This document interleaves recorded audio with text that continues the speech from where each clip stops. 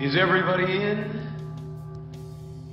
Is everybody in? Everybody in.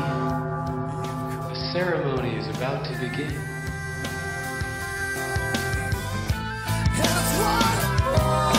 All right, we are back with an episode of One More Last Time, the podcast. And we are in season 2 now. And we are welcoming a guest that, what's just really interesting is Tommy and Josh have never met each other. I don't really think, well, kind of in passing, you don't really know each other.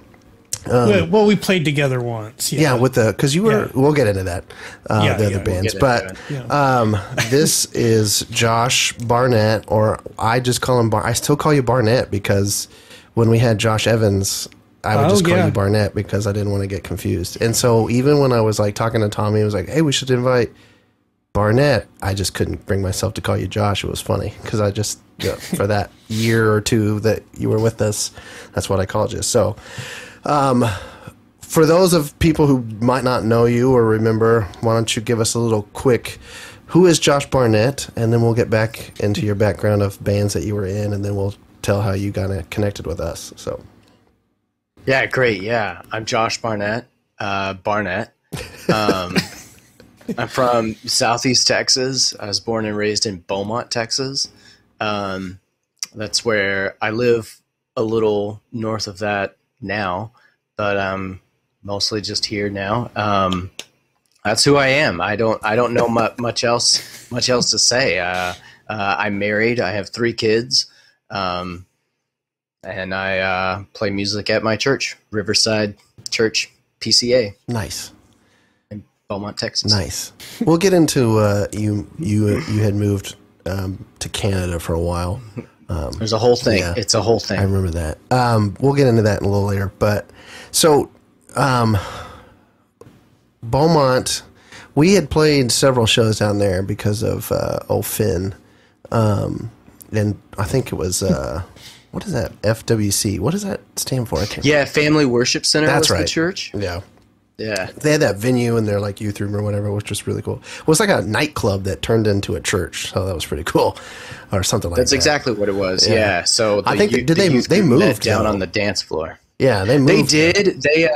They moved actually to a town called Lumberton. Okay, which is where I live now. Mm-hmm.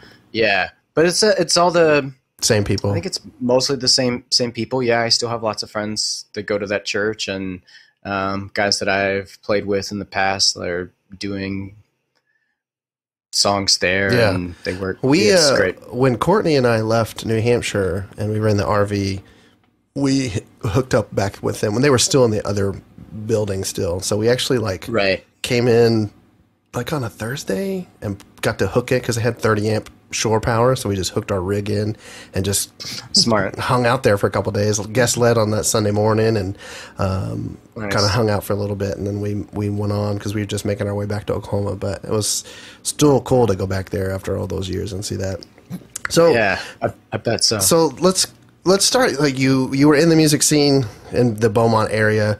So what were the bands? Were there other bands? I mean, was there more than one that you played with? And then what's the ones that we played with you guys? I don't remember what band you were even in. Yeah, that's a great question. I've played guitar or drums in rock bands since I was 15. We met, so that's like starting around like 1998. We met for the first time in 2005. And I was playing guitar for the Red Airplanes. Oh, okay. That was the first time that we played together. So the Red Airplanes opened for you guys. And then after I played with them through 2005, I started playing I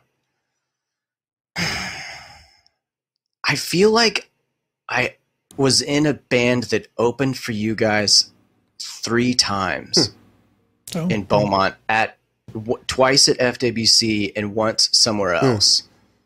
The 3rd time I was playing with a guy named Chris Bino. Oh yeah, Chris. Chris is great. Chris is in Nashville now. Oh, nice. He's still playing. Yeah, it's cool. But Yeah. So, but each time that I opened for you guys, I was in a different band. That's funny. And also, that has to be a record. I was of gonna some say, kind. were you playing? Because you play guitar, but you also are a drummer. Like, was several different instruments situation? The first time it was guitar. The other two times, or if it was two, I'm starting to not remember maybe who the second group was, but it's okay. The third or whatever the last time was, I was playing drums. Okay. Yeah. And that's the time. That third time is when I remember talking to you guys the most. Because obviously you came up to me and you're like, hey. Oh, yeah. You want my job? Yeah. Essentially. I said, oh, Tommy, hello. Goodbye. It's nice to meet you. Sorry that you're leaving. Yeah. I'll take your job. Yeah. It was that was exciting times for me. For sure, because I knew that you guys were playing. Like, I'd played around Texas for a long time, in all of the major cities and the small ones, and I'd done a little bit of playing outside of it, with the Plains. We went over to Florida and we did some shows and did some other things. But yeah. So whenever you asked, that was in, I was probably October or early November of 2006. God, was it that quick? Yeah. God. Yeah. And that's whenever you asked if I would play. You asked if I would learn the songs and play a run of shows with you guys through the Midwest. And it turned into one show. That sounds about right. Yeah, that sounds about right. Yeah. Which I didn't know we were like. I didn't know that was the pattern at the time, but I could roll with it. It was fun. Yeah. That sounds about right with Eddie, Eddie booking shows. Elliot, yeah. I mean, I had a good time. Yeah. Because I remember the very first show very distinctly. I remember everything that happened leading up to it. So, Jared, you played some kind of an acoustic solo show. A little bit north of where I lived in Texas. Okay. And it was like maybe a month after the Radio Angel played and you guys talked to me, and you gave me a CD then to learn the songs. Yeah. And so I took that CD back and I lived with my parents in my bedroom and I set my drums up in the bedroom and I learned Tommy's licks like perfectly. Like if I can say that, like maybe not all the same flair, maybe not quite as cool, but so I remember, so I learned it all. I was just like headphones and just like got it down perfectly as well as I could. And then the show that we played was between Christmas and New Year's, December of 2006. And so I drove up the 8 hours to Moore and stayed with you. Oh, yeah. And then we practiced 2 times over 2 nights. Yeah. And then we hit the road. And I remember whenever we practiced, you guys would have a question about, oh, the song does this. And I would say, oh, no, it does that. It does this other thing, or at least the record does anyway. And I remember Eddie saying something like, this guy knows our songs better than we do. Because I had just you just were listening. They were burned in. Yeah. Yeah, it was great. And then, so the two practices, and so each practice we went through each song one time because we were learning 7 or 8. And so I practiced each song with the band twice, and then we hit the road and we drove up to Cedar Falls, Iowa to play this big like wintertime indoor. Oh, it was a festival. Kind of a fest, yeah. That was like one of my favorite. Was I sick at that one? You were. Yeah, I was super sick. That sucked. Yeah. So I remember we get there and I don't know exactly what to expect. I know there's a lot of bands and groups on the bill. I I remember sound checking because we were opening the fest. Yeah. We were the very first band of the 2-day festival. So we played at noon. So we did like our sound check in the mid morning time. And then we chilled for a little bit and then we went back. And I remember walking out on the big, like it's like this indoor civic center, huge space. And we walk out and like all the kids are there. And it was immediately the biggest show I'd ever played. Yeah. Like that was the first thing I was like, oh, like I've done 300 or 400. This is like 2,000 Yeah, it was kids. awesome. And and I was like, well, Yeah, that's all you can do. yeah. So I just started playing and I remember not really messing up except that Jared, you were super sick and your throat was real. Yeah, it was bad. Coarse. It was pretty bad.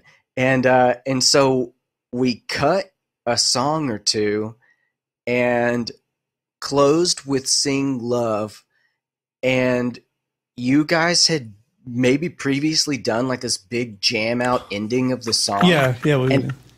We had not practiced That's a big jam out. That's ending typical of, of the us song. to not remember that that's what we do, and we just remember like, oh, Yeah. Tommy, just follow us. Yeah, because we never like had a set thing. We would just roll with it. Yeah. Yeah, eventually, like I got it. Yeah. But at that show, I was like, Nobody filled you in. oh, we're still doing it. We're still doing this. Okay, I'm going to keep playing. Those thousands, they're fine watching. Yeah, I'm sure it sounds they're like fine. they think it's supposed to sound. And then I remember when it ended, I was like still playing, and I was like, oh, end it, doing all this stupid ending stuff. I just remember that of all the places, like the very end of the set, that was a spot that I kind of gooeyed up a little bit. That happens. Well, that's understandable. When you're not told. Yeah. That festival we had played prior to that because it became a like the festival like promoters or whatever, like we want you back every year to be the opening, like to kick it off or whatever. And so I remember that, and I just remember being so sick. I was like, this sucks. And then because I remember after playing, I hitched a ride back on like from one of the runners or whatever back to the hotel. And I just sat in that hot tub for what seemed like hours because I was just trying to get steam. Because I was like, I don't know if we had another show or I knew we were supposed to play a couple of shows. I think but I had to, the highway was like snowed closed bad, or something, and they like canceled the shows. But it was like for me, I thought we were still going at that point, so I was like, I got to get my voice back. So yeah, but those were I think the first year we did it, Tommy, was the year that it might have been Skillet. No, I remember it was. I think it was a Newsboys, Skillet. And Skillet. I remember. I think we're. But that was where John Cooper had. That was when they first started like playing the both markets, and they were like the first tour. I think they were. I think they had just been out with Saliva or something, and he was talking about how they would. Their bus gets there and 3-4 in the morning, and then they wake up later, and he was like, I'd walk out and there'd be like cases of beer, and like, we don't really drink, so what are we supposed to do with all this? And then he was like, if I did drink, it'd give me the runs or something like that. It was just funny. But that was pretty funny. That's the time I had was cool. I had a real awkward time with John backstage that night. Also, I'm just sitting back there, we're hanging like normal, and I guess he showered at the arena or whatever you call it, and he's just got a towel around him, and he's like, so how's it going, man? And we're just sitting there talking like 15 minutes, and I'm like, this is pretty weird. That's kind of funny because so the big closer, I guess it was probably the Friday night, the first night that we played, the big closer was Reliant K that night. And so, like Jared said, like you had gone back, you weren't there. Yeah. And me and Josh Evans and Eddie, we were still there. We stayed for the whole thing. And we went to the back to like the locker rooms and green room showers area. And we were thinking, we've still got some shows to play. Let's go grab some free soaps and some different things. Cause whatever. Yeah. So we pushed the doors open to go back to like the showers area, and there's the drummer for Reliant K. Forgive me, I don't remember the poor guy's name. Me neither. But he's standing there, no shirt, just his boxer briefs, bent over, about to pull up his pants. And so we open the door and we stop right there, the three of us. Yeah.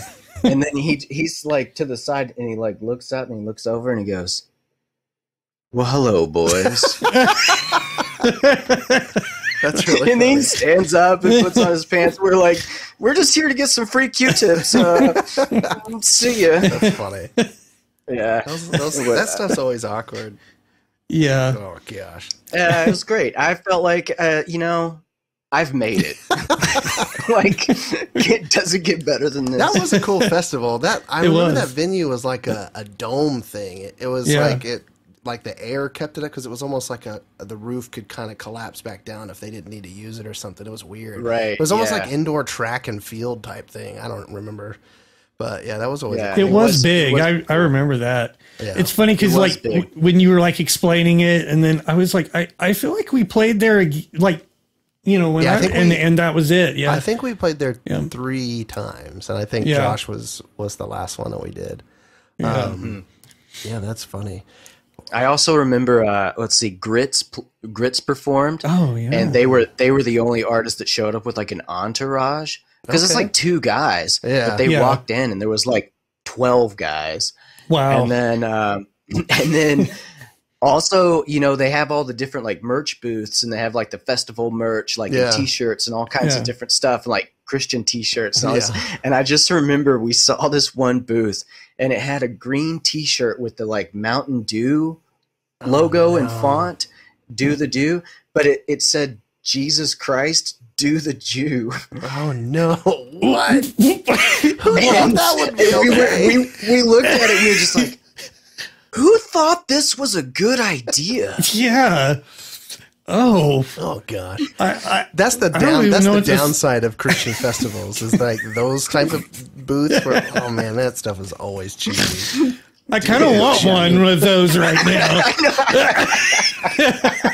Oh gosh, that's funny. Oh man, yeah, that was a great shirt. Yeah, man. I kind of think one show that stood out to me that you played with us, Josh, was that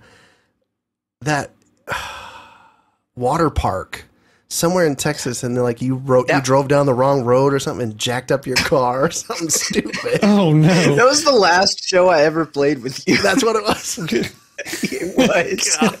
I was leaving out. We were leaving out of the back of the water park, and it was just like this very long dirt road with no lights. Yeah, I remember that. And it also seemed like it was on somebody's land. Like, yeah, it was like private property. It was weird. It was a weird Northeast Texas situation, and there were just no lights, and I was in a rental car, and I had just zipped up ahead, and we were gonna go eat somewhere, some waffle place or IHOP or something, and some people were gonna meet us, and the little drive took a 45-degree turn, and it was night, and I had like just zipped ahead of you, and I just missed the turn, and thankfully I had purchased like the $20 insurance on that car. Always worth it. Yes. Always worth it. I backed out of the field and put the bumper in the back of the car. I remember that. And then drove home. And I returned the car, and I go into the office and I say, "I'm really glad you convinced me to buy the extra insurance," because it was the same guy. I returned it to the same guy that picked it up from, and he was like, "Oh no," because there was barbed wire hidden in there somewhere. Yeah. It was whatever. It's fine. It's the only time I've ever wrecked a car. That was funny though. I was like, what are the odds? Yeah. What's funny? Not too long ago, my wife and I were coming back from.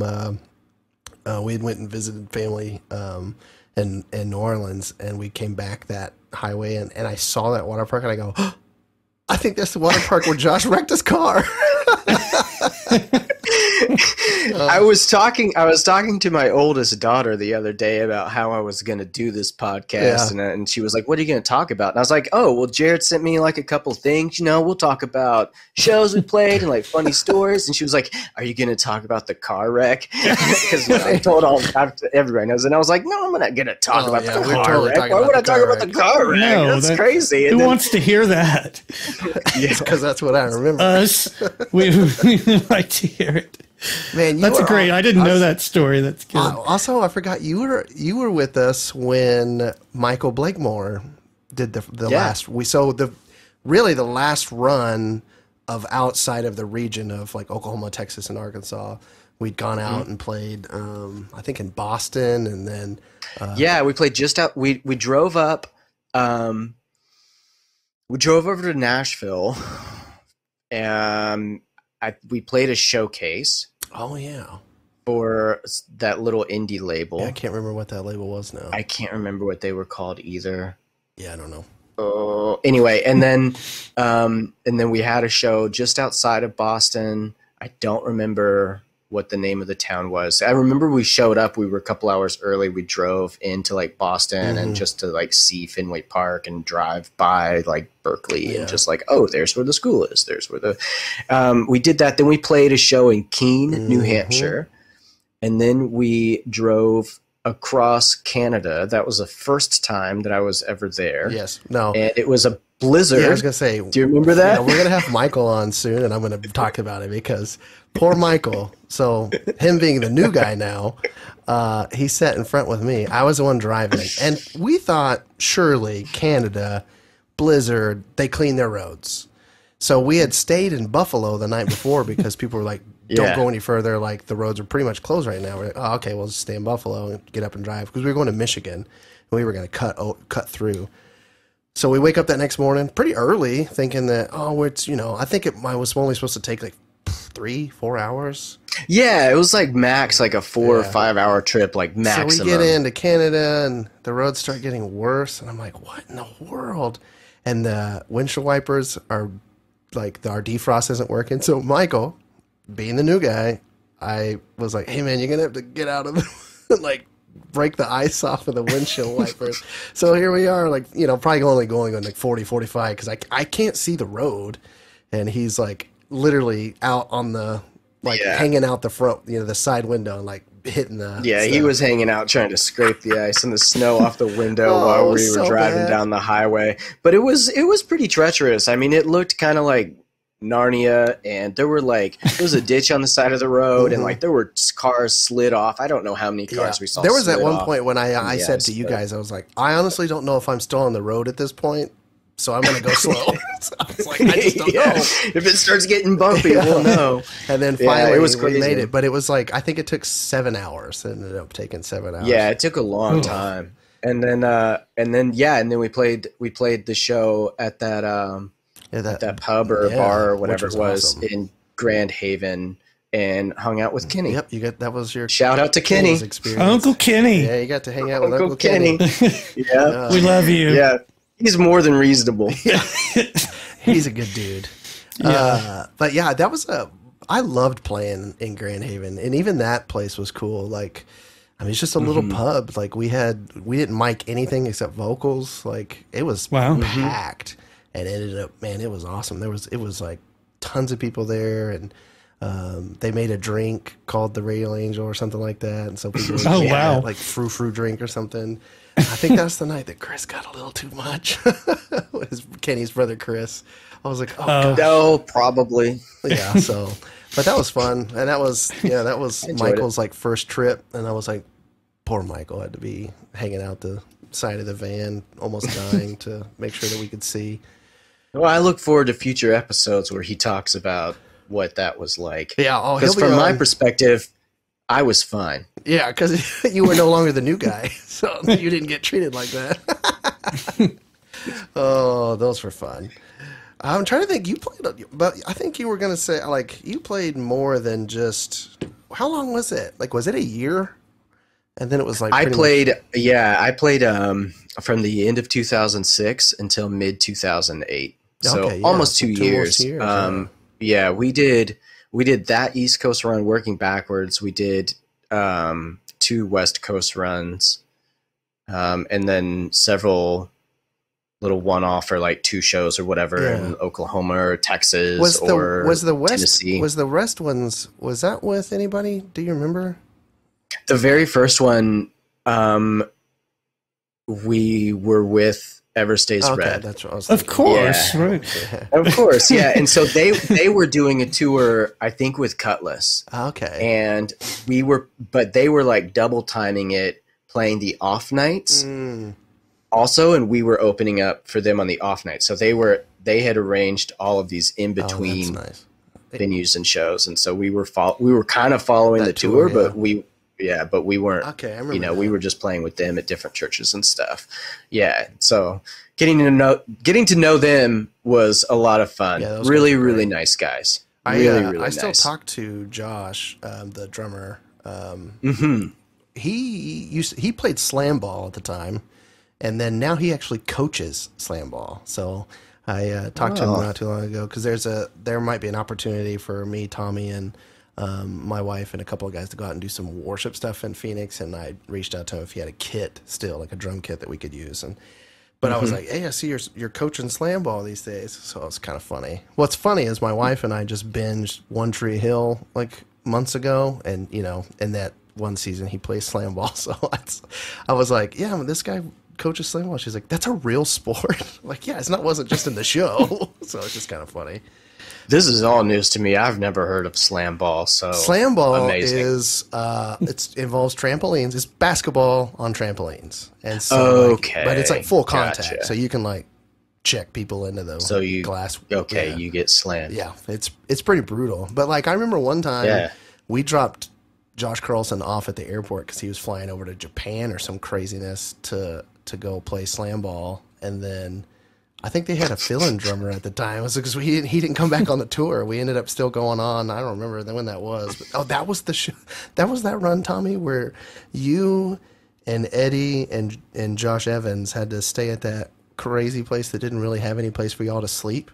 I remember the guy was like, he like reclined the lazy boy. He's like, well, one of you guys could sleep here. Because I remember you guys telling me about that, and I was like, I was with Everstays Red because I was going to help them drive their big rig, because that big trailer. Yeah. And we dropped Josh off, and then we went on, and I was like, you guys, I slept at a nice guest place. I was like, yeah, I didn't know. So it's kind of funny. You're talking about whenever, like, because like some teen fan or something had said like, yeah, you guys can stay at my house. Yeah, were you with it?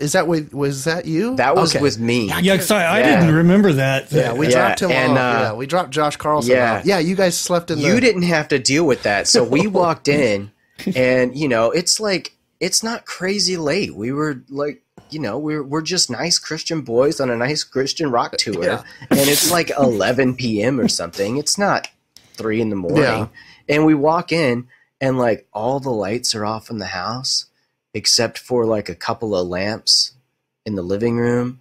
And there's like a pillow and a blanket on the couch, and like a pillow and a blanket on like a love seat, and like a lazy boy reclined out. Yeah. Yeah. Wow. And we were just like, okay, thanks.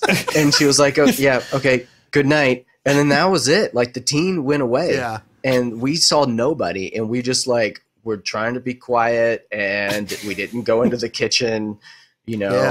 We just brushed our teeth and we went to couch. Yeah, to couch. In the morning, I think the show was on like a Wednesday or a weekday, because in the morning the kids had to go to school, and we wake up, and I guess maybe the friend had maybe not totally cleared with their parents. Oh, no. That we were going to stay. No. And there was this, or I don't know exactly, but there was this argument between the father and the daughter in the kitchen about, I don't know exactly what, but he wasn't super happy. And then they kind of went to their different parts of the house, and we just slowly zipped up all of our bags, and we just like, okay, we're going, bye-bye. And we just left, and we got in the car, we got in the van, and we're just like, I would rather sleep in the van in the Walmart parking lot than ever do that again. Yeah. That was the weirdest. Yeah. That was probably, like I've slept in churches and all kinds of, Sunday school rooms and people's basements and attics and all kinds of stuff. But that's the Lazy Boy. Yeah, I'm sure. That was horrible. What's funny to me though is I didn't experience that. I was with Eversays Red, who got the better treatment. Like I had a meal before I went to sleep, and I got breakfast made for me before we left. Yeah, I think this podcast is over. But I paid for it. I had to drive that dang van with that 30-foot trailer, because that was when Dustin, he wouldn't drive. I guess I don't remember what happened. So with them dropping Josh off, they were only going to have Zach at the time to be able to drive. So I was like, well, I'll go and help you guys and drive it. But then we all stayed at Josh and Zach's parents' house, which is like a mansion, which was awesome. It's a great house. Yeah. I remember going there. Very, very nice folks. I enjoyed it. Those Eversays all the time that I spent there. Those guys were always so awesome. I loved playing shows with them and being out there. And I just liked playing those shows in Arizona with them too. Those are fun. Mm-hmm. Oh man, I forgot you did play quite a bit with us. Yeah, I did. I wasn't in Radio Angel wasn't the longest band I ever played in, but definitely was the most shows that I played in that amount of time for sure. Yeah. I mean, I don't know I'd have to look, but I bet I played 50 or 70 shows. That was that was kind of the mid end of the prime time of when that was all going on, so it was easier to book shows back then. Yeah, you got a sense so the first tour with Eversays Red, it was real. To me, it felt like we're doing things. Yeah. The second West Coast tour that I did with you guys, Eddie had booked all of it as hard as he could. Yeah. And that one was more difficult. The venues were states apart, and I remember that might have been the one that started in New Mexico. Okay, this is great. I forgot about this. We were in Santa Fe, New Mexico, and we were booked at this bar, and I think Adam maybe had booked it for us. Oh, Adam Wood. Yeah.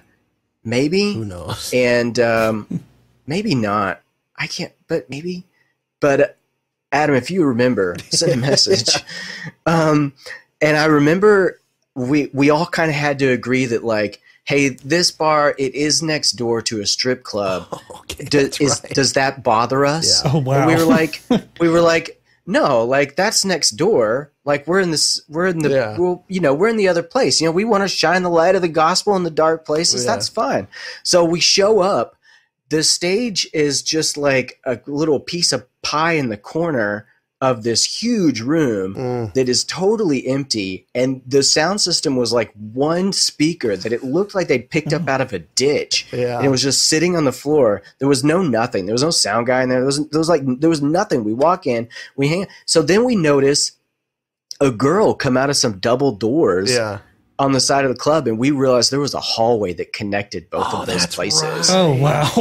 And we were just like, this is right next door. I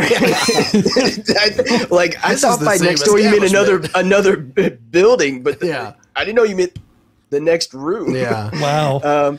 And I remember, so that was the first show that we were supposed to play on that tour, and we just bailed. We just we're not. Seems about right. We're there's no sound system. Yeah. There's nobody in this place. The room is gigantic. Yeah.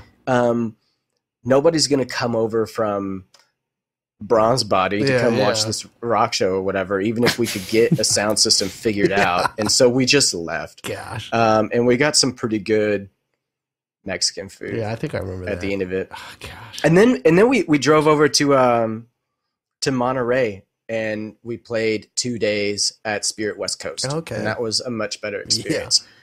There's actually a video of those two shows I remember that. It's on YouTube. Yeah. Yeah. Okay. I remember that. Yeah, we played both days. or both days? We did. We played both days. I think at 3 p.m. both days. One of the days I was a little bummed that we were playing at 3 because Leland was playing like one of the stages, and Leland is from Baytown. Yeah, which is near. And so like, you guys. yeah, I don't know them. Yeah. But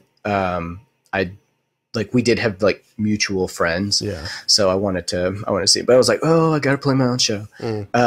But the guy that videoed it, shout out to this guy. He videoed both days and like spliced the footage with like one audio file. Oh, yeah. So like it switches between the 2 days. It's interesting to watch. And you can that. see, you can see,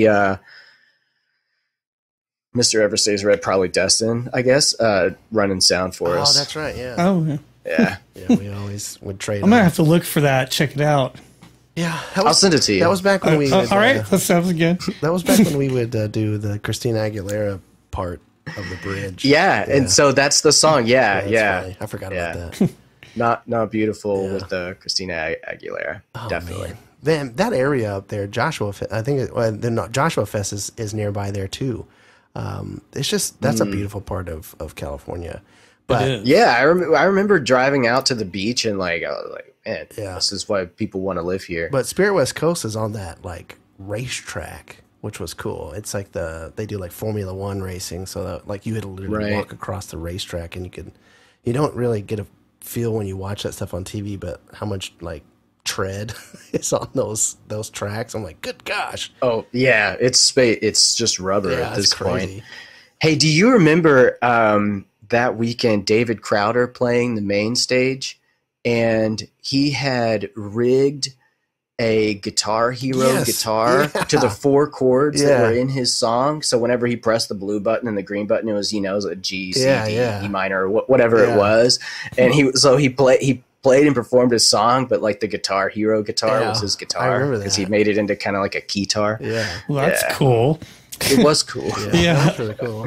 That was I remember specifically that one of those days we were I think it was me and Josh Evans were headed to the catering tent or whatever, and all of a sudden it was like, ladies and gentlemen, Lincoln Brewster, and he like and he just like rips a guitar solo, and Josh was like I gotta go watch him. So he's like, I remember watching Lincoln Brewster that day, and man, that guy can shred. It was awesome.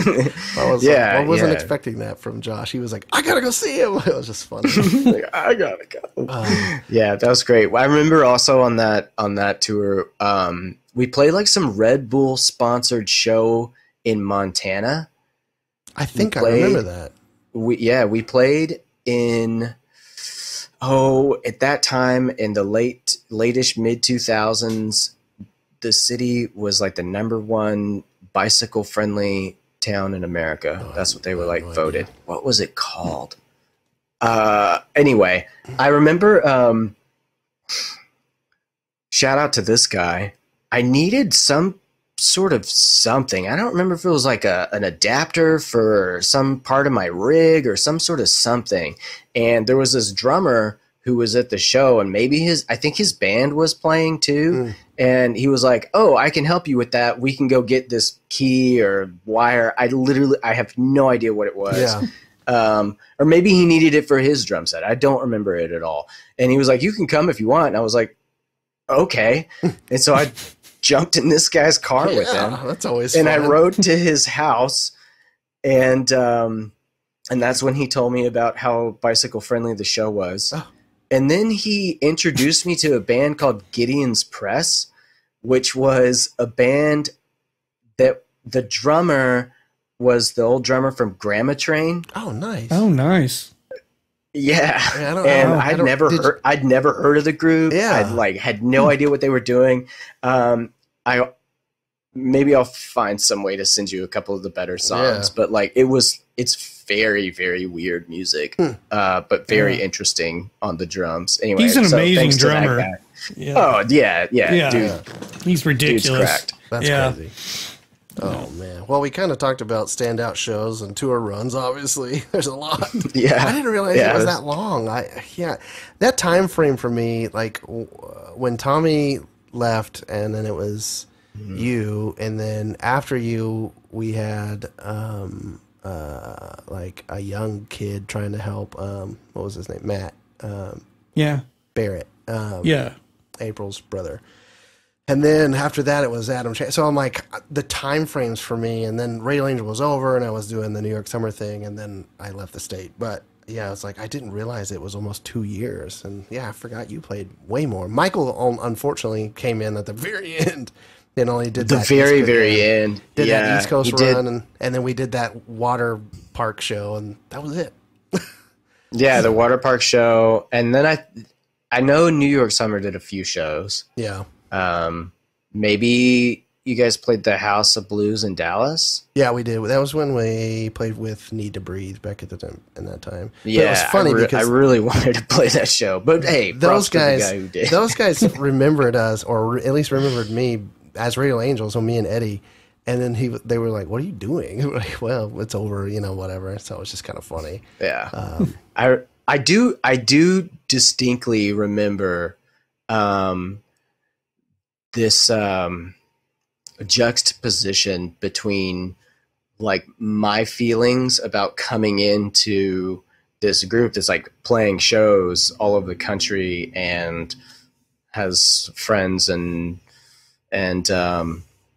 knows people in the industry and all that sort of stuff, like compared to the way you were feeling, Jared, about like, oh, this is getting towards the end. I can feel it. Yeah. Like I remember thinking like, man, I wish this guy was more jazzed. Yeah, I think Michael would say the same thing, because it was like the New York Summer project, like to me, like personally, like the New York Summer stuff was at the time the best stuff that I had written. And it was because I was just writing to write. It wasn't like, we got to keep pumping out these songs, otherwise we're not going to be able to tour anymore.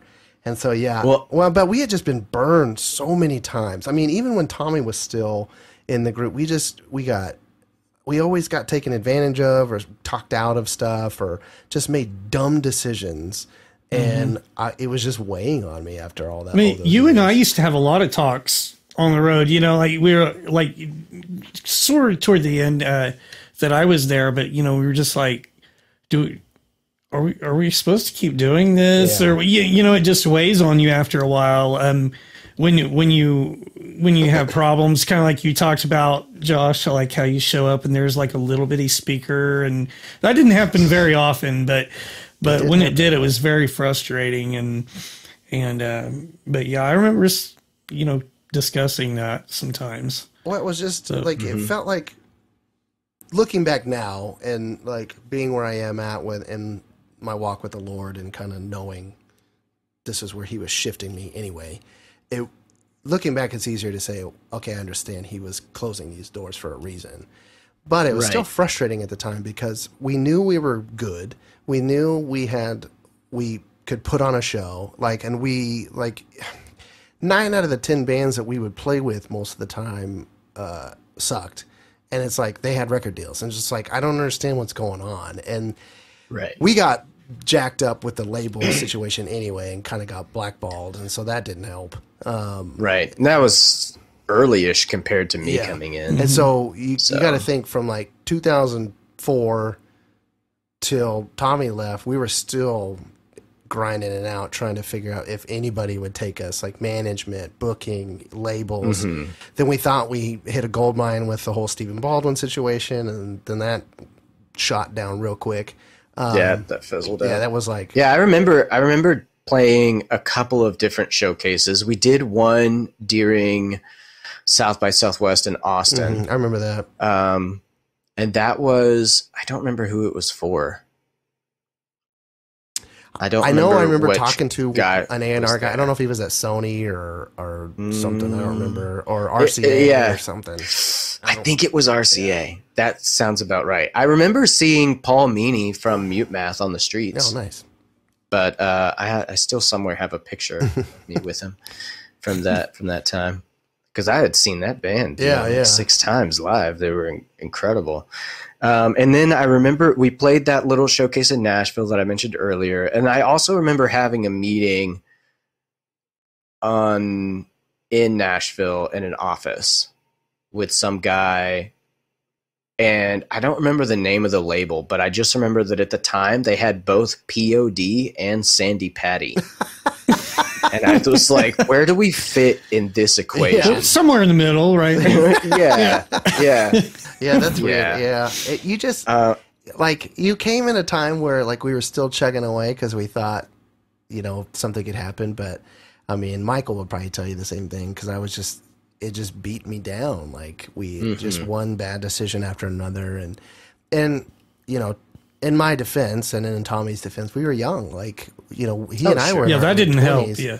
We kind of just trusted those around us at the time. And, you know, you see those stories are a dime a dozen these days. And, well, the whole thing now, if I could go back and do it over again, we wouldn't have went with Word. We would have went with Sparrow. So Sparrow had That's what we should have did, yeah. When Sparrow found out that we were going to sign with Squint, which was Word, Curb, Warner Brothers, there was like 400 names on that thing. I remember talking to, at the time, it was Chris York. And he just said, you know, we don't have Warner Brother money. But what are some of your favorite bands right now? And I was like, well, I love Crowder, Charlie Hall, because that's when Six Steps was doing with Crowder and Charlie Hall, and when all the Passion stuff was on Sparrow. Switchfoot, you know, and so they were like, yeah, we have all those bands, you know, like, come on over with us. And Sanctus Real had just signed with them, and there was like, we'd love to. That was a good band. Yeah, they were like, we'd love to put you guys out on the road together, like, because they were like, we're a family here. We want to take care of our bands and stuff. But it was the money, man. Like, we were blinded by the money, you know. Like, we got an unheard of deal at the time. Like, even talking to the guys from Sanctus Real, like several months after the deals, theirs had they had signed and we had signed, and he was like, Matt, I remember talking to Matt about it. Yeah. He was like, you mind me asking what kind of deal you got? And I was like, well, at the time I think it was like a 7+, so it meant like 7 this record plus 7. Yeah, like the record that we had they gave us +7, but they bought our masters from us, so we paid off the studio that we recorded with, and that was like $50,000. They gave us $30,000 up front for publishing, which is unheard of. And so, like, as a songwriter, like, you know, we split it the way that we needed to do it. Obviously, I got a majority of the stake of that. But then they also gave us like a signing bonus, which I think was like 10 or something stupid. And then gave us another 5 to take care of our lawyer, like, so that all the lawyer fee would be paid for. And I told Matt that, and he was like, what? He was like, yeah, we got like $5,000 altogether. And I was like, so, I mean, it was when you're 20, 21, you're seeing these dollar signs. That's all you, I mean, yeah. Instead of thinking long-term, this is what we're doing. So, like, going back, I would love to do that over again and go with Sparrow, obviously. But it is what it is. And, you know, you're young, you make those decisions like that. But I think over the years of, you know, we got talked out of, like, we did a showcase after we were on the label for booking. And we had everybody there, CAA, William Morris. I mean, the big dogs, and they like loved us. Like, they were talking like, and we listened to our manager at the time, because this up and coming guy was like going to do it. He was like, would you? And so he talked us out of saying, would you rather be the big fish in a little pond or a little fish in the big pond? And I remember that. Duh, it's an easy decision. But yeah, that bit us in the rear real quick. It did. That didn't last even a year. It really did. Yeah. And the only thing that we got out of that was to go on tour with the Elms. That's it. And that was because he was their manager at the time. That was it. Yeah. And so I was like, frick. And so, but we burned bridges by doing that. Mm-hmm. So those type of business decisions over and over and over, it that's where it led us. And so, yeah, it does suck that I was kind of just, I was kind of at the end. But. No, but I mean, I get it.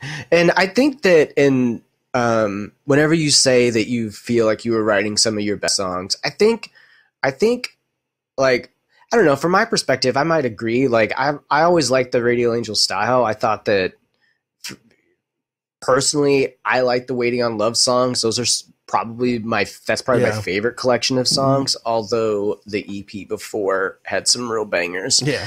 But some of that newer stuff, I was really glad that I could help shape some of those songs. Yeah. Like, Wait. Yeah, which ended up being on the New York Summer record. Yeah, And Go. Yeah, You remember which that was a song? good one, Go. Yeah, and I still have the demos that we recorded that I played on. Yeah.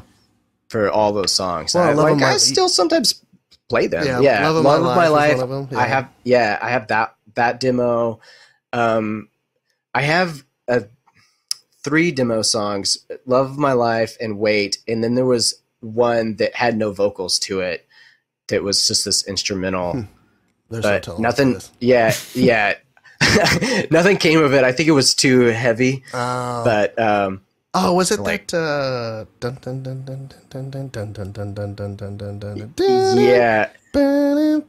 I just happened to listen to that today. That's the only reason why I was It might be that one. I remember, but it started with this like real jangly. I don't know. I'd have to find some demos. Yeah. But yeah, I don't know. Yeah. Whatever. Nobody wants to listen to me go. You're just speaking drum talk. That's fine. Yeah. I speak drum. It's okay. Yeah. Yeah. If you play the drums, you know exactly what I just said. Exactly. Yeah. Well, that's the Coldplay clock speed. It is. It definitely is. That's funny. Oh, yeah. I mean, when you got to play that really cool show anyway with the Wormy Dog, was what that place was called with Eli Young Band. Oh yeah. So that was a cool show, and that was a fantastic show. That show like breathed life into me because Eli Young Band loved us, and they were like they actually took our stuff and gave it to their management, and like we had initial conversations with their management team, and it was like, you know, they were like, we'd love to have you guys play more shows with us and stuff like that. Yeah, I thought it was an interesting but somewhat complementary combination of the two bands. I remember having great conversations with them after the show. One of the reasons why I remember specifically that we played Love of My Life at that show was I did some drum fill thing towards the end, you know, last chorus, kind of big, used some cymbals and some toms, and their drummer, bless his heart, whatever his name is, he comes up and he's like, I really like what you played at the end. And I was like, oh, thanks. Do you remember going onto their bus afterwards? Yeah, I had a little bit too much to drink. I'm just going to be honest with you. You don't need to talk about that. But they, part of the Wormy Dogs, part of their payment, I think, was just beer. Yeah, well, it's like Eli, you got a case before you went up. Yeah, Or they were buying Young Band had a deal with Bud Light, I think, at the time or something, and so their bus was full of beer. But the problem was when you play a club show like that, that's how people. They thank you, or they're like, "Hey, let me buy you a shot," or tip you, or whatever. I'm not asking what it is. I'm just. Okay, cool, thanks. And then that's you. Mistake number one. Yeah, that was I didn't do that. Night, I had way too. I was like, I don't even know what I'm taking now. And then it was like beer, and I was like, oh gosh, I'm gonna be toast, you know. And then we got on the bus, and then what's funny is a girl I went to high school with was there for that show, and she lived not too far, but her friend was one of the bar girls or whatever at the Wormy Dog at the time. But Eddie was like. She was with me, and Eddie looked at her and was like, you need to get him out of here. Because you need to get him out. I guess I've only been tipsy like that one time in my life, and it was that night. Interesting. I guess I get overly friendly and super nice, and I'm like, I want to be everybody's bud. And so Eddie was like, get him out of here. So I will say. Be everybody's Bud Light. Yeah, so I will say I went to her house. She went to bed. I sat on the couch, and I watched a Paramore show on MTV. It was like they had just come out at the time with that I forget what record it was, and I watched a live show of theirs, and then I watched something else. Was it the big album? Yeah, the Riot. Is it Riot? I think that's when it took them off. Yeah. So I watched their live show, and then I just kept watching music videos, and the next thing I know, it's like 6 or 7 in the morning, and I'm like. Everything's worn off. I drank water, so I didn't have a hangover or anything. So I tell that story to people, and they get really mad because I was like, the one time I had too much to drink, I didn't have a hangover. So then I remembered, I was like, I should probably stay awake, drink a lot of water. I actually had to work that night, so I was like, I need to go. Shoot. I need to go home and sleep for a little bit because I got to work. So you did that. what I did. Yeah, I left because I don't know what had happened on the bus at that point. Yeah, so we all get on the bus, right? And so Eli Young is not Eli Young's name. No, so it's yeah. Mike Eli Yeah. is the singer, and James Young plays the guitar. Yeah. Yeah. So other band members, Eli Young band guys, are like hanging with, like, I don't know what you might call them, bus bunnies, like girls who have come onto the bus, and they're hanging out. But I'm sitting at this little table across from James Young, and we're chatting, and we're just talking about music, and we start talking about how we grew up and what are some influences and what we listened to when we were kids. And that's whenever I figured out that he knew who DC Talk was, and Carmen, nice. and like all this like CCM music, because he grew up in the church listening to all that stuff. See, I didn't even know that because I made so and he had a few beers himself, so he gave me his phone number that night. Oh, nice. And then a month or two or something later, not very long later, they toured through Beaumont, Texas, and I knew they were playing at an Antone's club. And so I texted him, and I thought, hey, sorry to bother you. This is Josh from Radio Angel. Yeah. Maybe you remember me, but I saw you guys were playing tonight. Are there still tickets to the show? I would love to come. And he was just like, hey, yeah, we'll get you in. I'll put your name on the list right now. Hey, we're just hanging out in the bus. Come on by. And so I went, and he invited me into the bus, and I chatted, and Mike Eli just kind of sat there kind of awkward, like, I think I remember this guy. But James was nice. The drummer was nice. It was good. Yeah. It was fine. And then as soon as I felt like, okay, I have to be done here with these people because this is weird.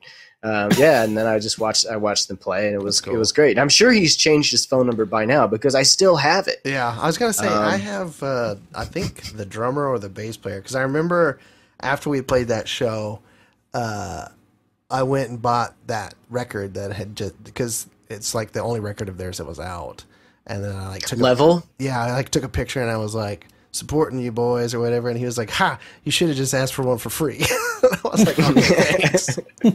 Yeah, I did the same thing. I bought that record in Oklahoma on my way out of town to go back home after that show. And I have Jet Black and Jealous, which is what came out afterwards. Well, they were working on Guinevere. Do you remember them sound checking with that song? Yes. And I was like, no. Yes? It's on the Jet Black record. Right. But when I remember them, like, they were working on it, like, and they sound checked with it. And I think I was standing next to Josh Evans, and I was like, man, this song is going to be a hit. And it ended up being like one of their bigger singles off that next record. It was one of the big hits. Yeah. I was like, man, that's a good song. It's a pretty good record, but I think maybe just for memories and various reasons, like, Level is like, I listen to that kind of maybe more often than it deserves to be listened to, but I like it a lot. That was a good show. I don't mean they're bad songs. I mean, like, the recording quality is like it's a step above indie. Yeah, but it's like, not like we're not a big band yet. So it's a good, like it's listenable for sure, and it has the original When It Rains. The Jet Black and Jealous version, just love to Eli Young band, because I know they're going to watch this podcast. But sure, they definitely will. Yeah. Oh yeah. But the re-recorded version just has some extra parts, and it feels a little too soft to me. I like the jingle jangle of the original. That's funny. Yeah, that was a good show though. I mean, I remember the show. I remember being there. I remember playing the show. A ton of people were there. It was. I mean, that was. And then there's a bunch of stuff you don't remember. Oh, I'm sure there was. I do remember, like, I think the girl that I went to high school with was like protecting me from some bad decisions that might have had. Like, some girls were like, "Hey," and like, I'm not thinking clearly, so she was like, okay, come with me. That type of situation. Okay. But yeah. Say goodbye to the bus bunnies. Yeah. But that night, though, that was when Josh Evans was like, basically, that was it for him. Like, he was. Oh, right. So it was like a high. We've just played this great show in front of a ton of people, but he was he was like, did he like, that's when he decided to leave or whatever? Yeah, he was like, I can stay for a little bit longer, play out the rest of the shows that we have, but he wanted to go to school and kind of do it, which I get it. We weren't making a ton of money or any money at all. Yeah.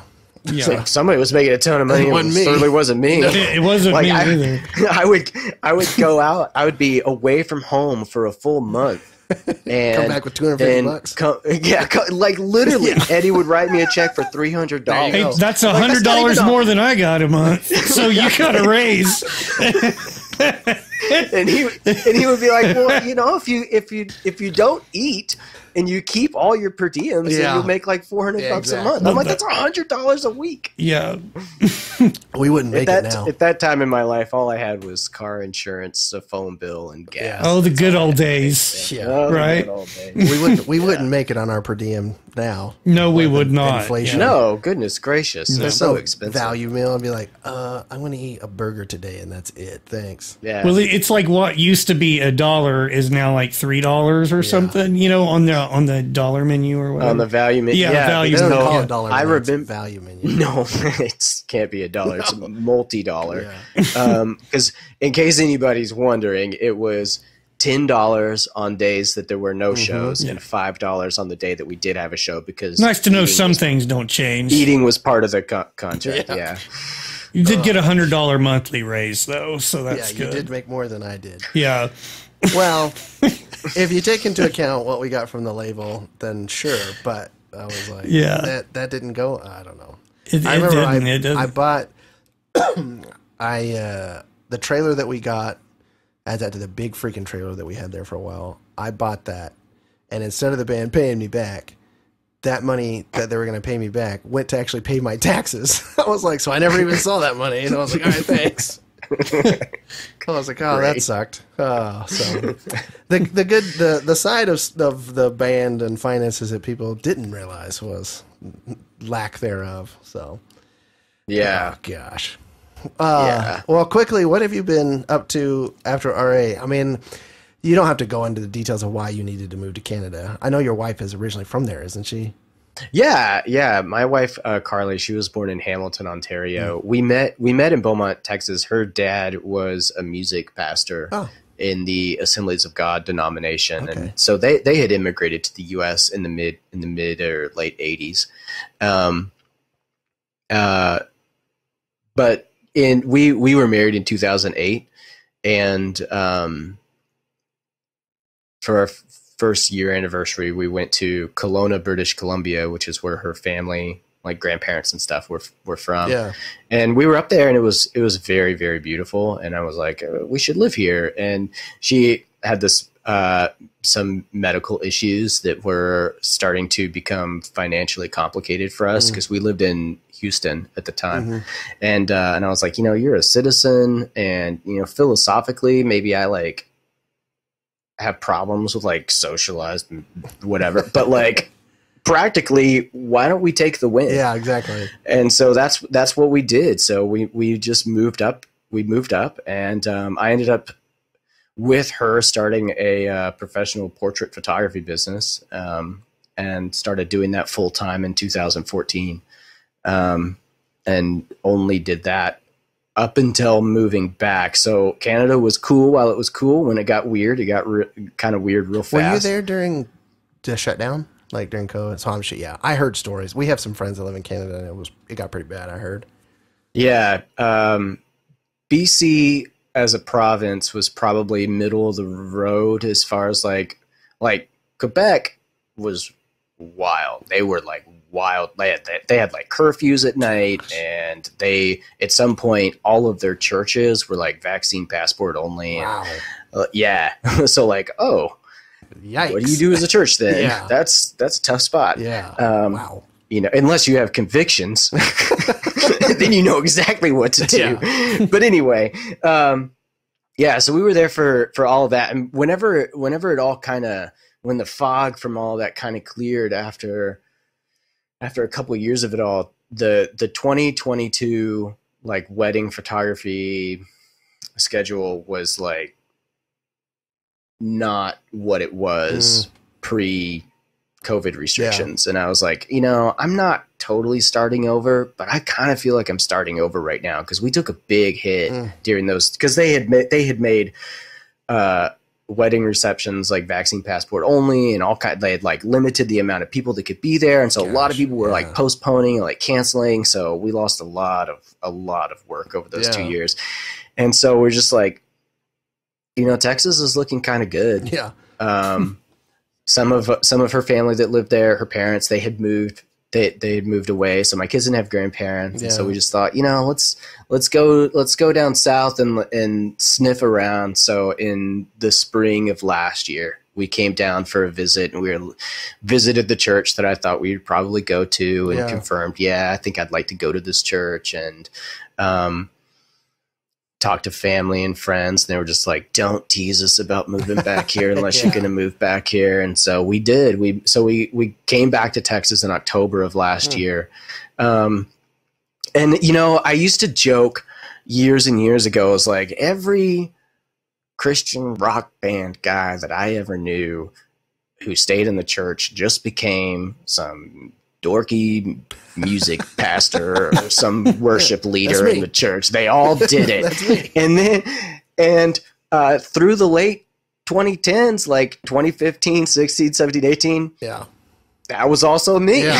Like I had done it. So it was the very first Sunday we were back in Texas, they asked me to play with the guy who was playing. He was like, hey man, you want to play? Because in 2014 for Father's Day, Carly bought me a mandolin. Oh, nice. Oh, nice. Yeah. So I play that most Sundays. Oh, cool. Yeah, that's on my to get list. I want to learn. Yeah. It's a dope instrument. Yeah. It's pretty. It's cool. The stuff I didn't know about it, like the strings are tuned exactly the same as a violin. Oh, interesting. Yeah, that's true. Tommy's like, that's yes. I only know because I like watched like a instructional not too long ago, and I was like, oh, I didn't know that. And then, and that's also the guitar strings just upside down. It is. I learned that on the same video. I didn't know that. And the strings are all fourth, right? They're fourth intervals, so you don't have that weird thing on the guitar, you know, when your fourth string goes. There's no B string that goes weird. So learning the major scale is really, really easy. Oh, that's cool. And to move it up and down, you know, playing it fast and clean and great is hard. That's one thing. But learning the ins and outs. Anyway, it's fun to play. I played a ton. I still play guitar. I lead the music for our church's youth group. Oh, nice. And are you playing drums at all anymore? Sunday. I've done a little bit of cajon playing over the last 10 years or so, but frankly, Canada is very expensive, and we never. Stuff? Well, you know, I still have it, but we never lived in a place where I didn't share a wall with somebody, so I could never set it up. And we have a great, we're in a great spot now, but it is a little tight in here. I could maybe set it up in the living room when everybody was gone and play, but so I haven't played like set up a kit and played in. I'm so sorry, but it's been a couple of years. It's been no worries. What kit do you have? Just for fun? Yes. Oh, sure. I've got a piece of crap Tama. Okay, all right. It's the Crap Star. The Crap Star. Hey, that thing sounded pretty good. I remember that. Thanks. Yeah. Well, you know, I did stuff to it. I remember your toms were like, they sounded huge to me. Like, so I remember that. Thanks. Yeah. Good heads will do a lot. Yeah. There were little, I did everything that I possibly could to get the most bang for my buck out of that kit. Yeah. So like I liked coated heads on the drums. I took out all of the like metal washers, replaced them with plastic washers for like more vibration. I took the black wraps off of them, and like finished the bare wood, which was ugly as sin underneath the wraps because they didn't care, but gave it kind of a unique look because the toms, like the wood tone wasn't the same tone. Yeah, it was like not uniform or whatever. Yeah.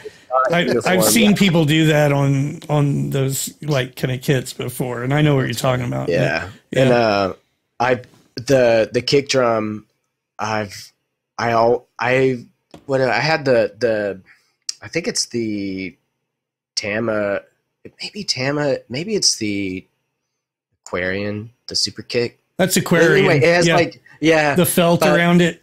Yeah, it has so it just like muffles it just in just the right way. Yeah. And then I have this 14 by 5 Ludwig snare. Nice. That is loud. It is way loud. And but probably my prize is the ride cymbal. It's a Zildjian A ride, and it's a 24-inch ride. Oh wow, big boy. I've had drummers say like, I would trade my kit for this ride, and I was like, no. Yeah, this is mine. I bought it for my friend. Shout out to Elliot Frazier, the lead singer and songwriter for Ringo Death Star. Okay. A great band. Nice. Yeah. Great name. It is a great name. Good Beatles Star Wars. Yeah. And if you know like early Starflyer 59, okay. Or I only know that because Eddie would only listen to freaking Starflyer 59 all the time. All the time. Yeah. That and Sunny Day Real Estate, which I enjoyed Sunny Day. Sunny Day's good. Yeah. Man. I like Starflyer's like Starflyer career stuff the most. I like Yellow Album anyway, but yeah. So Ringo Death Star is kind of that's awesome. Fuzzy band. Yeah, they're good. So what are you guys? Are you still doing photography stuff in Texas, or what have you guys doing? Yeah, that's what I'm doing here. I'm just kind of rebuilding. So I do some part-time work at a friend's company as they need, but like I'm shooting weddings and taking pictures. That's cool. That's what I do. It's I do appreciate that it allows for a pretty high level of like creative output. Yeah, you know, I've seen. I remember seeing some of your stuff, and that's pretty awesome. So. No, thank you. Yeah, well, it was pretty easy in BC, surrounded by all the mountains and whatnot. Yeah.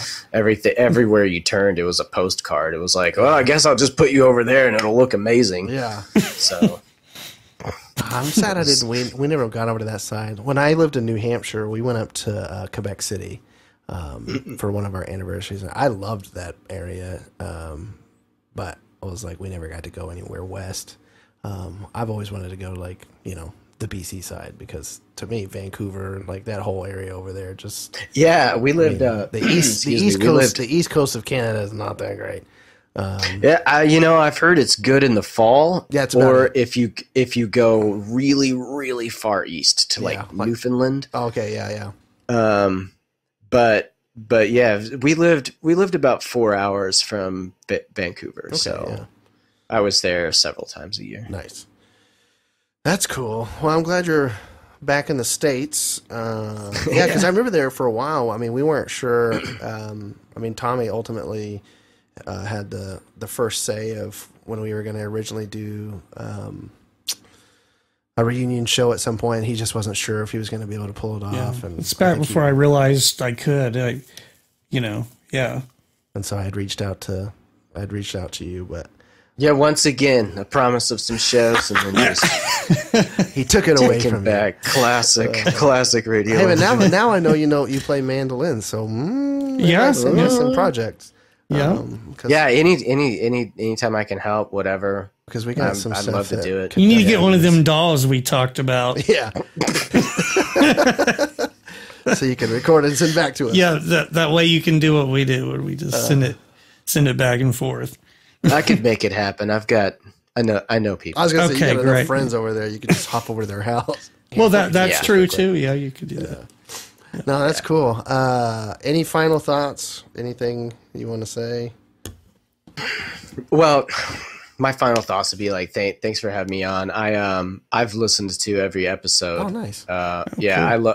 I love this kind of stuff. Like if it was, I mean, it's especially meaningful because I was in the band. So I love hearing like all those details that you were too burned out to talk about whenever I was in the band.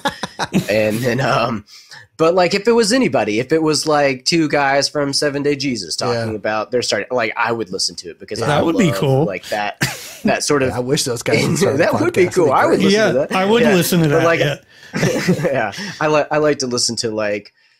I don't know. There's something about like 90s up to early 2000s sort of like Christian rock that I love. It's like I'm a little bit of an encyclopedia about it. Like I know the records and the songs and all that sort of stuff. So I like hearing all the inside scoops, the different bands that you guys played with, and remembering the bands that I played with and stuff. I was gonna say it's kind of like, I mean, it's kind of why we wanted to do it. One, it's just fun to do podcasts for sure, and getting to talk to old friends and stuff.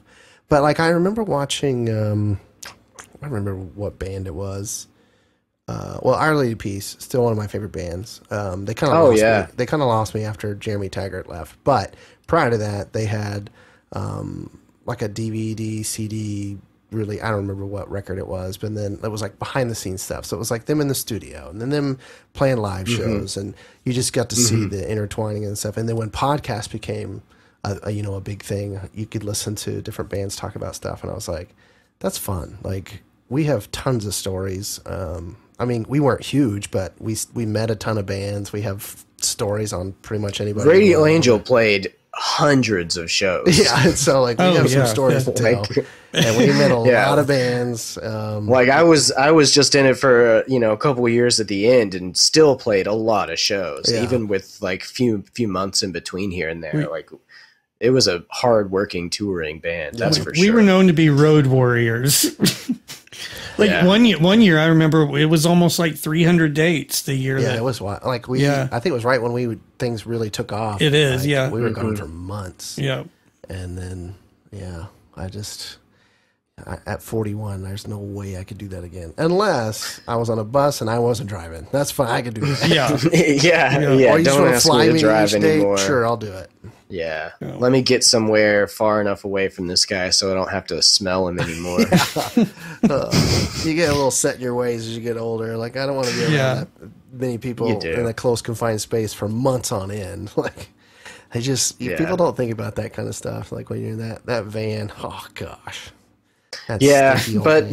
You said an episode or two ago or something. Eddie would say, the worst day on the road is better than the best day at some stupid job somewhere. Oh yeah, and I felt that way, even though I could stay home and work and make a lot more money. But you worked at Toys R Us at the time. I did. I worked at Toys R Us. Good memory. Yeah. I worked out some sweet deal with the big corporate retail giant where I just came and went as I wanted. Yeah. But yeah, so I was working there, and I guess I could have just worked there. But yeah. So no, I mean, final thoughts. I mean, thanks for having me on. It's so much fun. It was great to talk to you. I mean, we literally haven't had a conversation like this in 15 years. Yeah. Which is so crazy to think about. Yeah, and I was talking to Carly the other day after the last episode when he talked about a reunion show, and I told her, I was like, hey, if they set a date for that, like, I want to drive up. And she was like, oh yeah, the whole family, we'll go. That'd be awesome. I was like, oh, okay, sweet. Yeah, definitely. We'll have to work out. Maybe you can play a song or something. Yeah, I was gonna say maybe you can play a song. It's like, don't tease him. Don't tease him. Don't tell me that, because they're gonna be like, well, it's actually only one verse. Something stupid like that. And I'd still drive up and do it because I'm stupid and I would do it. You can play the down chorus on Not Beautiful, where there's no drums. Yeah. You can play that. You just walk off, and I'll sit there and just like chink the hat. Yeah. You do a little twirl drumstick thing. I'll do a little twirl. Yeah. And then right as it's about to go, I'll just slip out, and you can sit back. Yeah, it'll be great. You can play. Yeah, definitely. That's gonna happen. That would be like peak Spinal Tap situation. It would. Yeah. Peak. One of my favorite movies. Oh, yeah. That's so funny. What happened to your drummer? He's dead. He died in a freak gardening accident. A fun fact about that, really quick. I just watched like a behind the. I recently watched Spinal Tap like a few days ago, and I realized that the whole movie is 100% ad-libbed, like 100%. Besides the songs.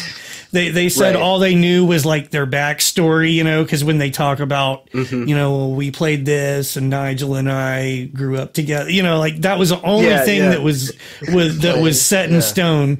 So anytime they like said something like the producer said, like he almost like messed the scene up when he says, you know, the other drummer choked on vomit, and it wasn't his vomit, but you can't dust for vomit. So we don't know whose it was. He said when he said you can't dust for vomit, I almost ruined the whole scene. Yeah, it's one of my favorites. I remember watching something and Ozzy Osbourne was talking about having first seen the film, you know, and it came out in the you know, in the 80s, and Oz was still kicking pretty strong back then, right? So he's watching it, and he said when they got to the scene and the backstage, and he's looking at the crackers and the meat, and he's like talking about like it keeps folding it and it keeps breaking, and the whole thing is a complete catastrophe. And he was like, I didn't know at that point that it was parody, that it was like, this is what we would like. That was the thing is like, they said also a lot of people thought it was real. They were like, who's this band we've never heard of? They're terrible. Why do they have this movie, you know, this documentary? They didn't realize it. But yeah. Dude, I've got the soundtrack and I listen to it. Oh, yeah. Oh, gosh. Well, yeah, seriously, though, if you do come up, I mean, we could try to work something out, because Tommy can switch over to bass or whatever. He's literally playing the bass guitar on all the songs now anyway. Yeah. Or I can just take a break, you know. I can just take a break and, you know. Well, you know, like, well, there would be something fun, I think, about playing on the stage with you, Tom. I think that would be two kits. Okay. No. Oh, okay. Thought you want to do like a Newsboys thing, and we'll be twirling, and you'll put two kits on the stage, and you'll play the song, and then you'll wink at me right as the song's over, and I'll just be like, oh god, that's so funny. Well, cool. Yeah, well, we set a date. We're not going to talk about it now, but I'll shoot you a text. Cool. And tell you all the details. Sounds good. And stuff. I look forward to it. We're not going to release any of that stuff yet. We're going to nail down some stuff, but I'm pretty sure we have a date. But yeah, man, thanks for coming on. It's kind of funny, you know. You have people in your life that you can go, like you said, 15 years and pick right back up. It's kind of like Josh Evans. I know we live all here in Oklahoma now, but Josh is so busy. He's too busy for us these days. Yeah, he's super busy with the job that he works. And I think what's funny is I see his wife more than I see him, because she cuts my wife's hair. Oh, nice. And so it's just kind of funny. I'm like, it's sad, Josh, that I see your wife more than I see you. But Josh is another one of those where I can go years without speaking to him and just kind of pick right back up. So Slosh Evans, he was one of my favorite people. Yeah, he's fun. Oh yeah, he's great. He and his brother Jared, just hilarious. So, like, you can't repeat on a podcast the hilarious. No, you can't. Yeah, nope. You can't say it. The only thing you can the sweetest Christian boy you've ever seen or met, who genuinely loved the Lord. Yes, and then he would just sing something. And you'd be like, "What? Can we harmonize that?" I still sing one of his. Is that plug in your phone? Oh yeah, make sure that it's charging. And he's like, boop, "It's charging." I remember where we were staying when he did that. It was like this weird host home that we were at. Oh, God. Yeah. He was always making up songs like that. Yeah, that was funny. But yeah, cool, man. Thanks so much for being on. It was just really cool to kind of get a different perspective. That's kind of like, we like doing that. Yeah. Just thanks again for having me on. I've really enjoyed talking to you guys and seeing you guys again. And let's hey, keep texting me about anything, whatever comes to mind. just wake me up with a hello, how you doing? Yeah, sure will. All right, well, thanks everybody for listening. I'm glad you made it this far, and we'll see you soon. Bye. Bye. Bye.